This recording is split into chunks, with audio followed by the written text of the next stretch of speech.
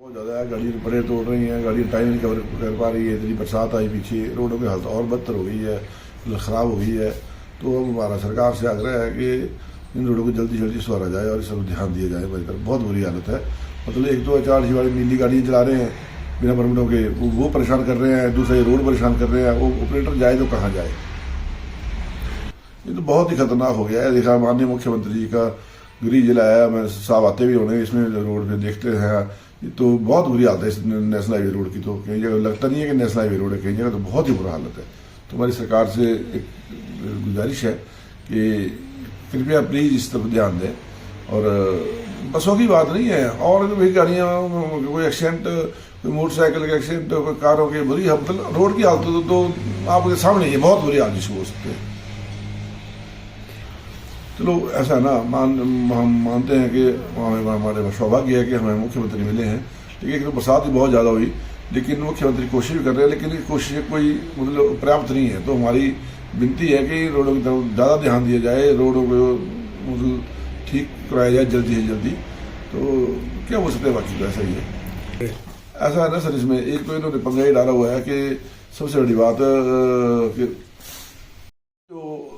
देख रहे हैं आप, कभी लमड़ू करोड़ी इधर से बंद हो गया, कभी भरेड़ी भी बंद हो गया। यार आपने बंद करना तो एक बार बंद कर लो, एक महीना बंद कर दो ना।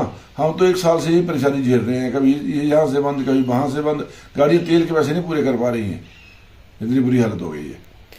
तो बहुत बड़ी रहेगा विभाग भी। चलो डी साहब एनओसी देते हैं, चलो एनओसी देना बनती है, काम करना है। लेकिन एक सिस्टम बनाया जाए ना, पहले आधे किलोमीटर की एनओसी लेते हैं, पूरा रोड बंद रहता है। फिर उसके बाद अगला 500 मीटर का पैच आधा किलोमीटर करना है, फिर एनओसी लेते हैं, फिर 1 महीना बंद रहता है। तो जब 1 महीना बंद रहता है उसमें सारा रोड क्लियर कर लिया जाए। जरूरी नहीं कि एक ही ठेकेदार को काम देना है या एक ही वही लेबर वहां से वहां जाएगी।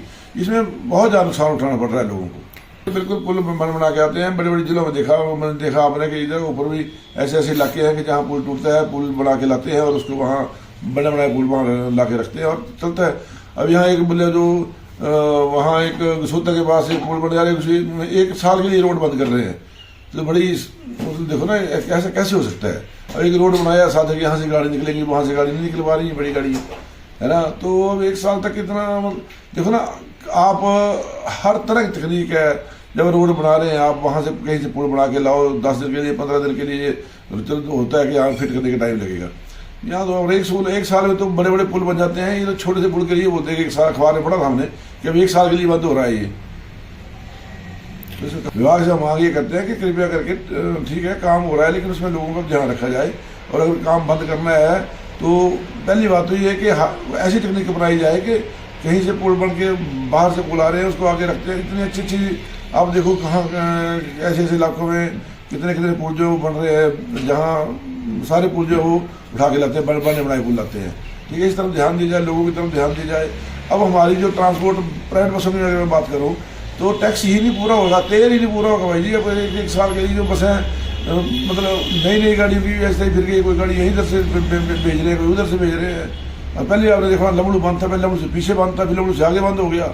जब आप बंद कर रहे हो तो 1 महीने के लिए सारा रोड बंद करो ना, लेकिन उसको 1 महीने में अलग अलग लेवल लगा के काम कराओ ना। देखिए, रोडों की स्थिति तो दयनीय है। अब बरसात निकल चुकी है मगर फिर भी 2 महीने हो गए, 2 महीने से कोई बारिश नहीं हुई। फिर भी रोडों की जो हालत है बहुत ज़्यादा खराब है और इससे हमें काफ़ी आर्थिक नुकसान उठाना पड़ रहा है। गाड़ियाँ लेट हो रही हैं, पट्टे टूट रहे हैं और भी नुकसान हो रहा है, टायर फट रहे हैं, काफ़ी ज़्यादा नुकसान हो रहा है। 2 व्हीलर और 4 व्हीलर के लिए तो बहुत ही ज़्यादा रिस्की है।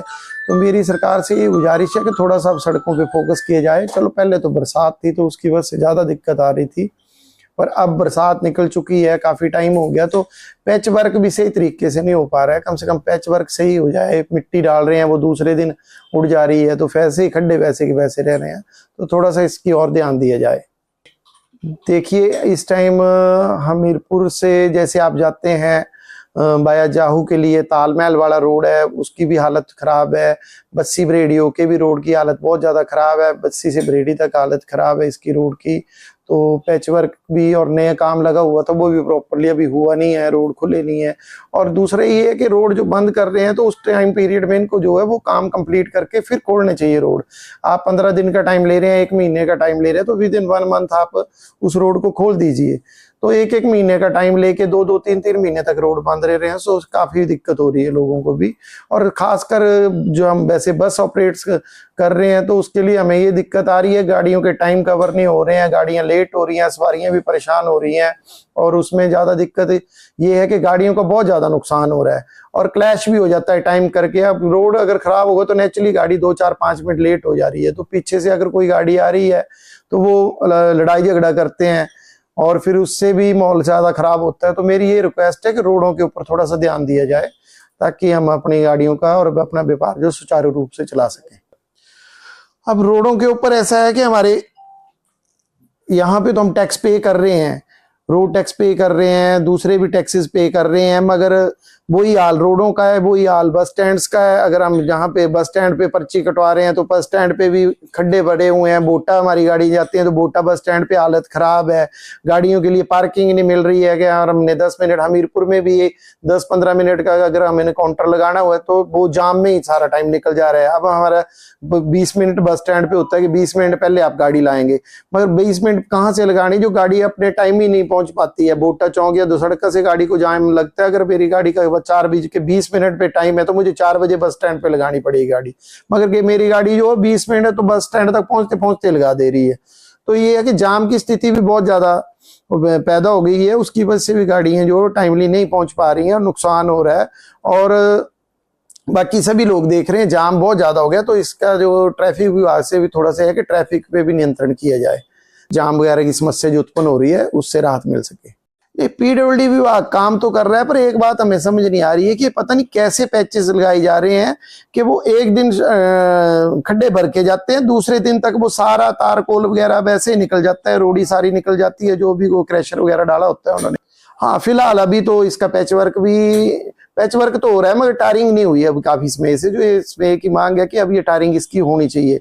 और दूसरी एक और दिक्कत है कि जहां ये पैच वर्क या टायरिंग कर रहे हैं, थोड़ा सा चाहिए विभाग को भी अंकुश लगाया जाए इस चीज पे कि कल तक वो वहां पे पैच वर्क डाल के जाते हैं, तीसरे दिन वो कोई सीवरेज वाला नालियां खोद दे रहा है, कोई IPH वाले नालियां खोद दे रहे हैं, कोई प्राइवेट बंदे नालियां या सड़क को खोद दे रहे हैं। तो थोड़ा सा उस पर भी सख्ती की जाए कि अगर आप इतना खर्चा कर रहे हैं, पैच भर रहे हैं, लगा रहे हैं, और थोड़े दिन बाद उसको वो खोद के फिर वो ही हालत हो जा रही है रोडों की।